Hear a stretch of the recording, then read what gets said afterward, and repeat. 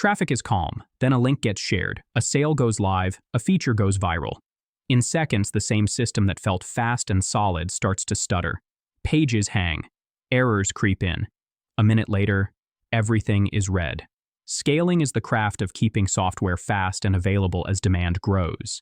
Not once, not briefly, but reliably, no matter how many people show up at the same time. Here's the twist compared to the everyday baseline. A single powerful server can carry you only so far. Real scale comes from coordinating many machines that behave like one service. That coordination is the special part, and it's where success or failure hides. Why care? Because outages aren't just annoying. They cost sales, drain trust, and make teams afraid to change things. And on the flip side, systems that scale gracefully unlock growth. They let a business say yes to opportunity instead of throttling it. Think of it like a restaurant. If a kitchen gets busy, you can buy a bigger oven and add more cooks. That's buying time. But at some point, the line wraps around the block. The way out isn't a bigger oven. It's opening more locations and having a host who seats people evenly so no kitchen gets crushed. The kitchen you upgrade is vertical scaling. More CPU, more memory, more storage on one machine. The chain of locations is horizontal scaling, many machines working in parallel. The host is a load balancer, a component that distributes incoming requests so no one server overheats. Let that sink in for a moment. Adding servers isn't the hard part, coordinating them is. Once there's more than one kitchen, communication and consistency become the job. So how do systems actually handle growing loads without breaking? The core pattern looks like this. Spread work across multiple stateless servers, put a load balancer in front to route requests, and design data flows that accept the realities of distributed computing. Stateless just means a server doesn't rely on memory on that specific machine to handle the next request. If it does, the load balancer can't safely send the user somewhere else. When servers are interchangeable, you gain freedom to add and remove them on demand. The key idea is that horizontal scaling buys headroom through parallelism. It's like adding more lanes to a highway, but those lanes only help if traffic is guided sensibly and the rules of the road are clear. A load balancer isn't fancy. It answers the door, checks which servers are healthy, and chooses where to send each request. Sometimes it cycles through servers in turn. Sometimes it picks the one with the fewest active connections. It also runs health checks, quietly removing a server if it starts failing. So the simple version is, distribute evenly, avoid broken nodes, and keep the line moving. What matters here is that no amount of perfect distribution fixes a deeper constraint: data. When you have many servers, keeping their view of the world aligned is hard. Networks drop messages, latency spikes, machines fail mid-update. Enter a guiding lens called the KP theorem. It says that in a distributed system, you can't guarantee all three at once. Consistency, where every node sees the same data at the same time. Availability, where every request gets a response. And partition tolerance, the ability to keep working when the network between nodes is unreliable. Partition tolerance isn't optional because networks sometimes split or slow. That leaves a practical choice during those moments. Favor consistency or favor availability. Systems that choose consistency might pause parts of the service rather than risk returning conflicting results. Systems that choose availability keep taking requests even if some answers are briefly out of date. Eventual consistency is the idea that data will converge to the right value, but not necessarily instantly. Think of inventory during a flash sale. If one region loses contact with another, you can either halt checkouts to be sure counts are exact or accept a small oversell risk and reconcile afterward. Put differently, CAP makes trade-offs explicit, so teams choose them on purpose, not by accident. Take a second to picture that restaurant analogy again. The partition is like the phone lines between locations going down. Recipes and counts of ingredients can fall out of sync. Do you stop seating until the call reconnects, or keep serving dishes that are close enough to the recipe and adjust when communication returns? This is where systems scale, or fail. The heroic part of large-scale engineering is not raw horsepower.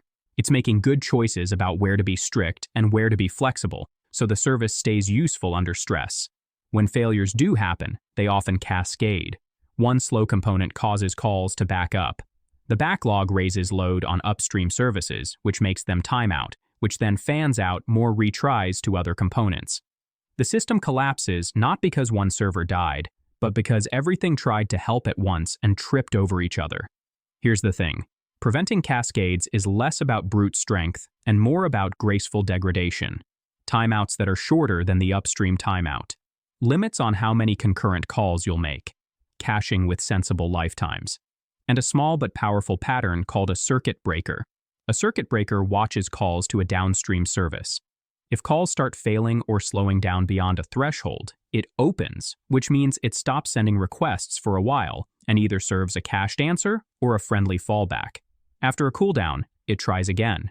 In other words, it keeps a small fire from turning into a building-wide outage. It's remarkable that this kind of quiet defensive design is what allows everyday apps to ride out waves of traffic without users noticing.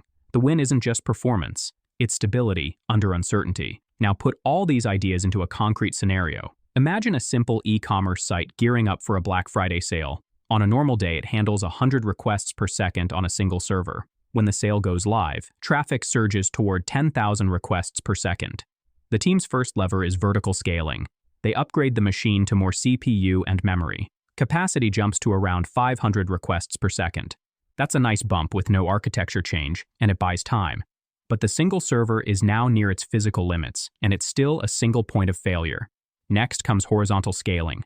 The service is containerized, so multiple instances can run in parallel. A load balancer fronts the fleet, and 20 servers go into rotation. Each one handles roughly 500 requests per second. Suddenly, 10,000 requests per second is within reach. Because traffic is spiky, the team sets up autoscaling.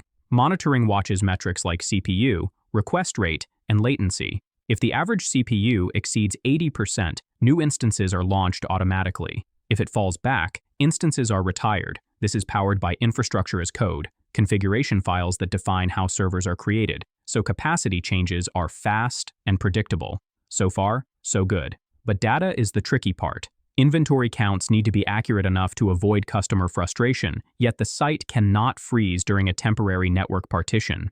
The design leans toward availability for the shopping experience. Users can browse and add to cart, even if their view is briefly stale. While the payment step uses stricter checks to avoid charging for items that sold out seconds before. That's CAP playing out in a real system.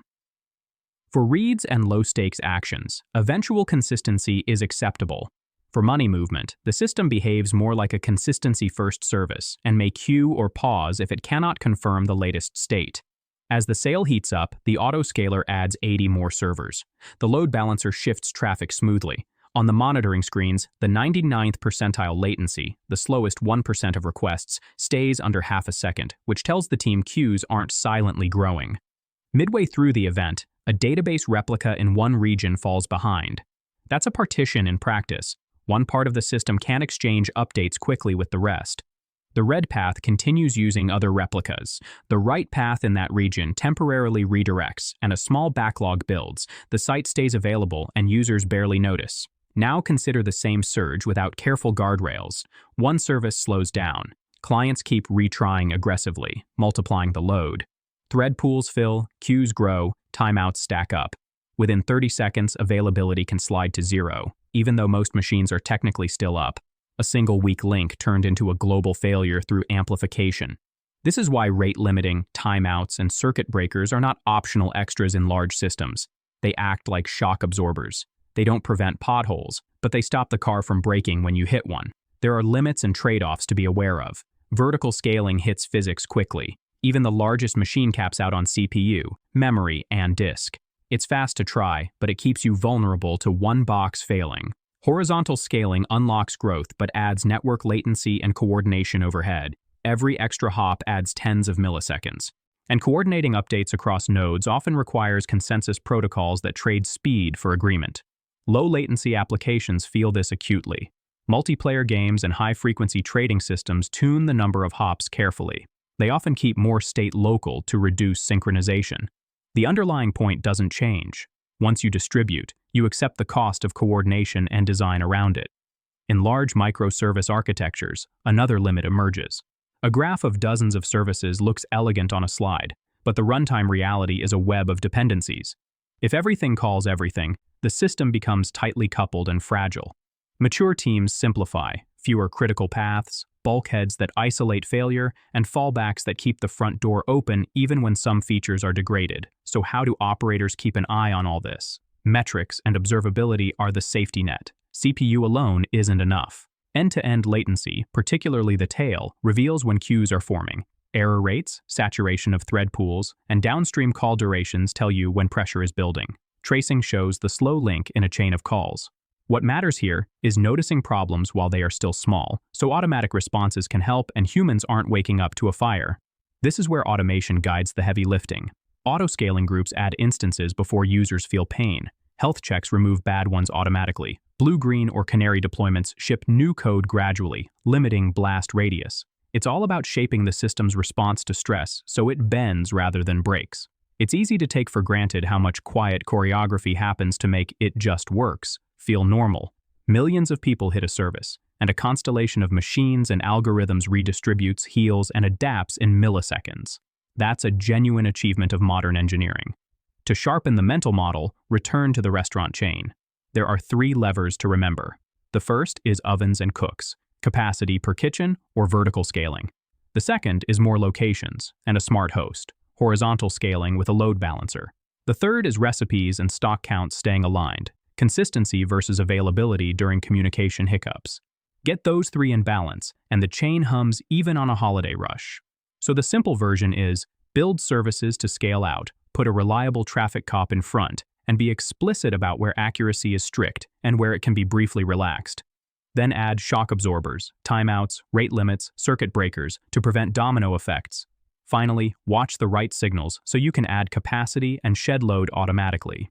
In practice, this looks like an AWS application load balancer with an auto-scaling group, or a Kubernetes deployment with a horizontal pod autoscaler. Health checks pull misbehaving instances out of rotation. Queue lengths and latency trigger scale out before users notice. Infrastructure as code, through tools like Terraform, makes these adjustments reproducible. On the data side, common platforms provide knobs to choose consistency. Some NoSQL stores default to high availability and eventual consistency, letting you tune read and write guarantees by operation. Relational databases often choose stronger consistency, which is a good default for billing and financial records. The art is using both patterns in one product without confusing the user experience.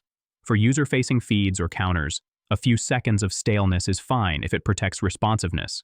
For money and inventory, it's worth pausing for correctness. Here's the bottom line: match the consistency level to the stakes of the action. When it comes to preventing cascades, many teams have adopted circuit breaker libraries and service meshes that bake resilience in. Netflix popularized this pattern years ago, and modern platforms integrate similar logic. They also implement token buckets for rate limiting, exponential backoff with jitter for retries, and bulkheads to isolate resources. Each mechanism is small, but together they create a system that degrades gracefully instead of failing catastrophically. A quick word on misconceptions. More servers do not automatically mean more scale. Without smart load balancing and cap-aware data design, you add failure points, not capacity. Vertical scaling isn't wrong. It's often the fastest lever early on, but it's a bridge, not the destination. And cap isn't just theory. Every major cloud provider has public postmortems where a network partition forced a choice between returning stale results or going dark for part of the service. For teams planning ahead, a few habits pay off. Design services to be stateless wherever practical so they can be multiplied cheaply. Monitor user-visible latency, especially the slow tail, not only machine metrics. Default to availability for browsing and non-critical actions, while carving out strong guarantees for payments and irreversible operations. And add circuit breakers early. They're easier to deploy before a crisis than during one. Even with all of this, there's no free lunch. Horizontal scaling introduces cost and complexity. More machines mean more things to patch, more places for bugs to hide, more network edges to secure. Latency budgets become tighter when services call each other in a chain. The discipline is to keep architectures as simple as the problem allows. Fewer moving parts means fewer ways to fail. A final glance at the Black Friday example makes the trade-offs concrete. Start with a single server, 100 requests per second, 1% error rate. Pretty snappy. Scale vertically to 500. Now the ceiling is near. Scale horizontally to 100 servers behind a load balancer. And suddenly, 10,000 requests per second is reachable with under 0.1% errors and 4 nines of availability. But that outcome only holds if the design anticipates partitions and overloads. Remove the breakers, let retries run wild, and in half a minute, the system can grind to 0 availability while machines are technically up. There's a quiet elegance in getting this right.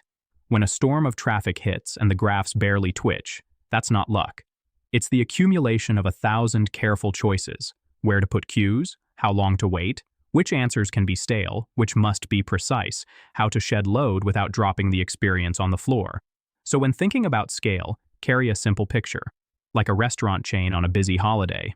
Upgrade the kitchen as far as it makes sense, open more locations with a good host at the door, and have a plan for when the phones go down.